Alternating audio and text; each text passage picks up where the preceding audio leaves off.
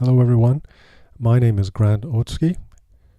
I'm a lecturer in cultural anthropology at Victoria University of Wellington in New Zealand. I'm one of the organizers of this roundtable and also one of the editors of the book, The World Multiple, that's at the center of this roundtable. I want to start by thanking the participants of the roundtable, my fellow organizers, and also all of the contributors to the book for making all of this possible. And I'd like to apologize for not being at the roundtable in person. The World Multiple comes out of an international symposium that was held in Japan in 2016, and the book collects contributions from many of the participants of that symposium. And I want to talk briefly about some of the context and key ideas that led to the creation of this book. This project began with a collaborative research grant led by Keiichi Omura that was inquiring into the relationships between modern science and indigenous knowledge, drawing on ethnographic case studies from around the world, but particularly informed by Omura's own work with the Inuit in the Canadian North. So the binary of modern science and indigenous knowledge was a departure point for them to think about the complex interactions between situated forms of knowledge and practice. So Omura and Shiho Satsuka, who's a fellow roundtable organizer and editor, arrived at the figure of the world multiple to try and make sense of these complex configurations. So the expression should immediately bring to mind Anne-Marie Mull's book, The Body Multiple. So like Mull argues in her book, we don't see the world multiple as a point of convergence for different systems of knowledge. Instead, it's more like what Renato Rosaldo called a busy intersection. It's a place where a number of distinct processes intersect.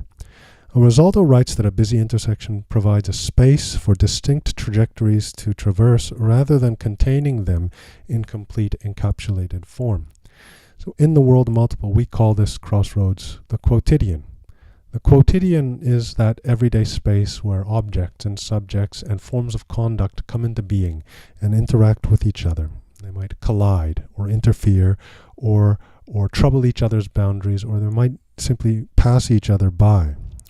The quotidian generates worlds, and these worlds are relational compositions made manifest through quotidian practice.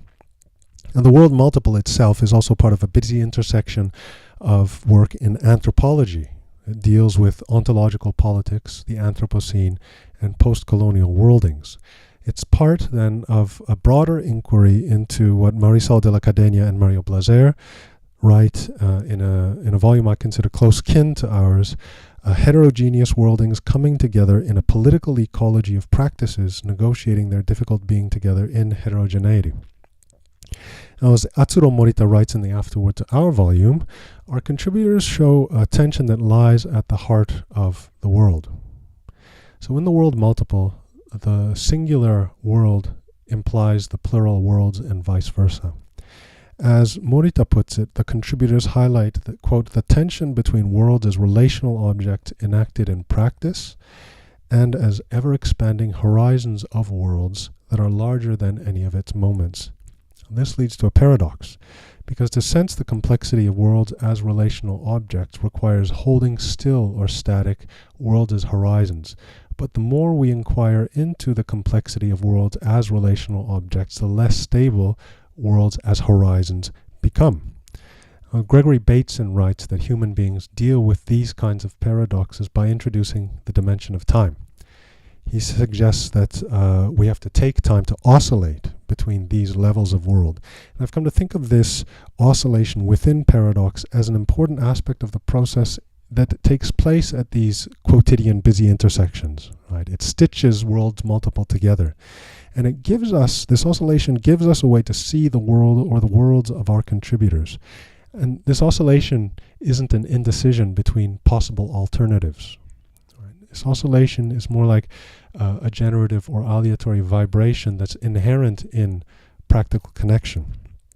In this oscillation, space and time are experienced and sensed and perceived in some ways rather than others. And it's where the infinitesimal, minute textures of the experience near can morph into the grander topographies of the cosmological. Now, we've invited the participants to address 3 points. They've each been asked to briefly discuss their engagement with the world multiple, either as a contributor or as a commentator.